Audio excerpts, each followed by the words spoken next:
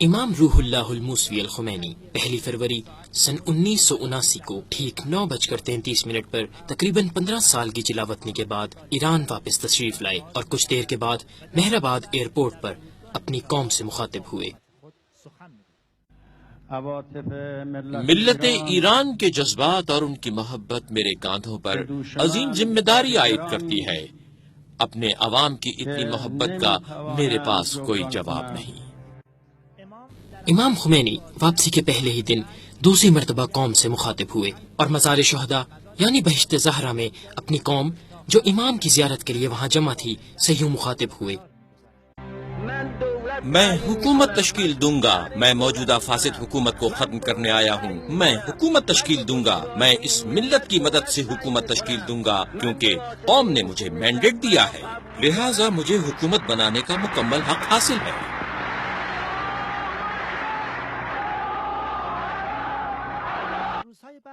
ان دنوں امام خمینی کے حوالے سے مختلف باتیں بیان کی جا رہی ہیں، لہٰذا امام کی وضاحت ضروری تھی۔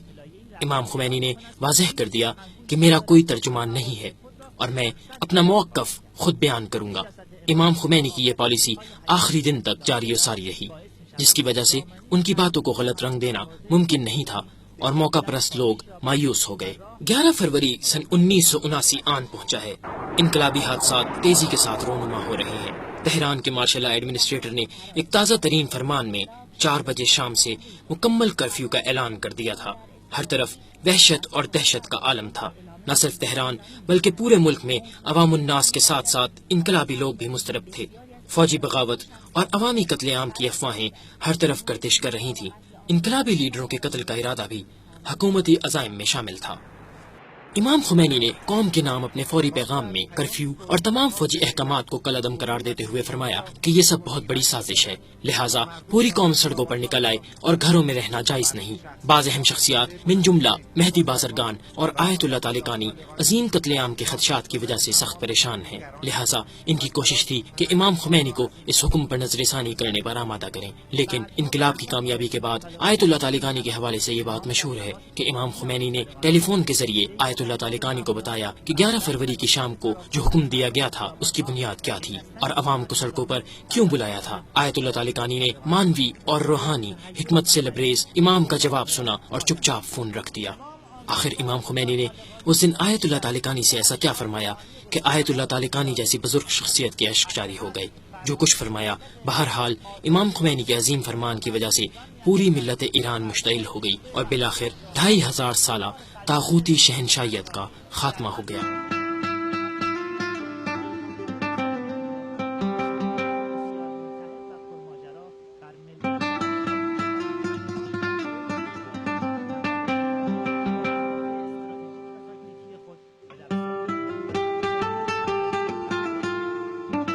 ان دنوں امام خمینی ہر روز کئی ملاقاتیں فرماتے تھے اور اپنی بابرکت گفتگو کے ذریعے پوری کوشش کر رہے ہیں کہ اسلامی انقلابی ثقافت کا بھرپور تعارف اور تصور پیش کریں۔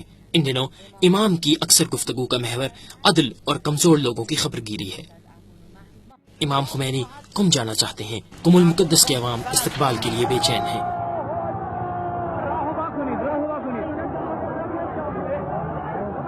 مارچ کے آخر میں امام خمینی نے قم المقدس کے علماء اور عوام کے درمیان نہایت اہم اور بنیادی کام کی طرف توجہ دلائی، اور وہ یہ کہ ایران میں کس قسم کی حکومت قائم کی جائے۔ اس حوالے سے ریفرینڈم کی تجویز دی گئی۔ رہبر انقلاب اپنی عظیم حیثیت کے باوجود عوامی حمایت اور تعاون کو نظام اسلامی کی کامیابی اور پائیداری کے لیے نہایت ضروری سمجھتے ہیں، اس لیے کہ موجودہ عالمی نظام بھی عوامی مینڈیٹ کا احترام اور تقاضا کرتا ہے۔ طرز حکومت کے حوالے سے امام کی ریفرینڈم کرانے کی تجویز کے بارے میں مختلف آراء سامنے آئیں، لہٰذا اس حوالے سے بھی اپنی مختلف آراء سامنے لائیں، مثلا جمہوری حکومت یا جمہوری ڈیموکریٹک یا جمہوری خلق ڈیموکریٹک، عوامی جمہوریہ خلق کے چین، اور اس طرح کے ملتے جلتے عجیب و غریب عناوین سامنے لائے گئے۔ ہر جگہ اسی حوالے سے گفتگو تھی۔ جمہوری ڈیموکریٹک چاہیے کا مطلب پتا ہے کیا ہے؟ یعنی ہمیں مغربی جمہوریت چاہیے۔ آخر اسلام میں کیا برائی ہے؟ تمہیں اسلام کا کتنا پتا ہے؟ اسلام آپ کی آزادی اور استقلال کا ضامن ہے۔ امام خمینی ایران میں جمہوری اسلامی حکومت قائم کرنا چاہتے ہیں۔ کل سب لوگ اپنے گھروں سے باہر آ جائیں اور سب لوگ اسلامی جمہوریہ کو ووٹ دیں۔ البتہ آپ سب لوگ آزاد ہیں، یہ میری رائے ہے۔ چند ہفتوں کے بعد ایرانی قوم نے 98% ووٹ اسلامی جمہوریہ کو دے کر ثابت کر دیا کہ امام خمینی لوگوں کو ان کے حقیقی مسائل کی طرف متوجہ کرنے میں بڑی مہارت رکھتے ہیں۔ عید نوروز کے موقع پر پورے ملک میں خوشی کے ساتھ انقلابی جوش و جذبہ کار فرما ہے اور عوام ظالم حکومت کے خاتمے کے بعد پہلی خوشی منا رہے ہیں۔ عید نوروز کے ساتھ ساتھ عوامی ریفرینڈم کے نتیجے میں قائم ہونے والی اسلامی جمہوریہ کا جشن بھی پورے ملک میں منایا جا رہا ہے۔ امام خمینی کی روحانی قیادت کے زیر سایہ عوام نے یہ پہلا مضبوط قدم اٹھایا ہے۔ امام خمینی نے معمار انقلاب کی حیثیت سے ریفرینڈم کے فوراً بعد پورے نظام اور حکومتی اداروں کے قیام کی بھرپور کوششیں شروع کر دی اور ریفرینڈم کے نتائج کے اعلان کے بعد آئین سازی کے لیے ماہرین کونسل کے قیام کا اعلان فرما دیا۔ 1358 ہجری شمسی کی بہار تمام تر خوبصورتیوں اور نشیب و فراز سے بھرپور بالآخر گزر گئی۔ امام خمینی نے نئے آئین کی تدوین اور نظر ثانی کے حوالے سے آئین ساز اسمبلی کو قطعی احکامات جاری کر دیے ہیں۔ بابسوخ ذرائع سے خبر آ رہی ہے کہ آج حکومت اور مرکزی انقلاب کونسل کا مشترکہ اجلاس بلایا گیا ہے اور یہ میٹنگ امام خمینی کی خدمت میں منعقد ہوئی ہے۔ اس میٹنگ کا مقصد بھی یہی ہے کہ نئے آئین اور آئین ساز اسمبلی کے بارے میں حتمی فیصلے کیے جائیں۔ بالآخر نئے آئین کی تدوین کے لیے آئین ساز ماہرین پر مشتمل اسمبلی کا اعلان کیا گیا ہے۔ اس اعلان کے فوراً بعد مشرق و مغرب سے وابستہ لوگوں اور سازشی عناصر نے اس مسئلے پر تنقید کی ہے۔ امام خمینی نے سختی سے اس موقف کو بیان کیا ہے کہ مغرب زدہ سیاستدان اور ٹیکنوکریٹس کسی طرح بھی اسلامی جمہوریہ کے آئین لکھنے کی صلاحیت نہیں رکھتے۔ رہبر انقلاب کی بابصیرت نگاہیں اچھی طرح سے پوری صورتحال کو دیکھ رہی ہیں کہ مغرب زدہ عناصر اور دیگر منحرف گروہوں کا یہ ارادہ ہے کہ کسی طرح آئین ساز اسمبلی کو لامحدود اراکین پر مشتمل بنایا جائے تاکہ آئین سازی کے عمل کو سست کیا جائے، اور یہ سازش ایک خاص مقصد کے تحت انجام دی جا رہی تھی، وہ یہ کہ کس طرح اس نظام کو کوئی واضح شکل و صورت نہ مل سکے بلکہ صرف باتوں اور نظریات تک ہی محدود رہے۔ در آستانه تعیین خبرگان برای بررسی از قانون اساسی،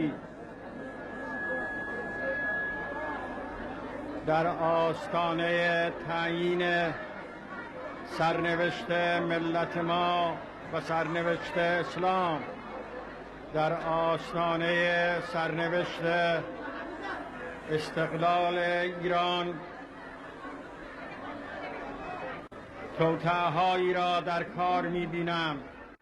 آئین ساز اسمبلی کے انتخابات کے اہم موقع پر گوشہ و کنار سے سخت تنقید ہو رہی ہے، حتیٰ کہ خود امام خمینی کی شان میں جسارت کی گئی ہے۔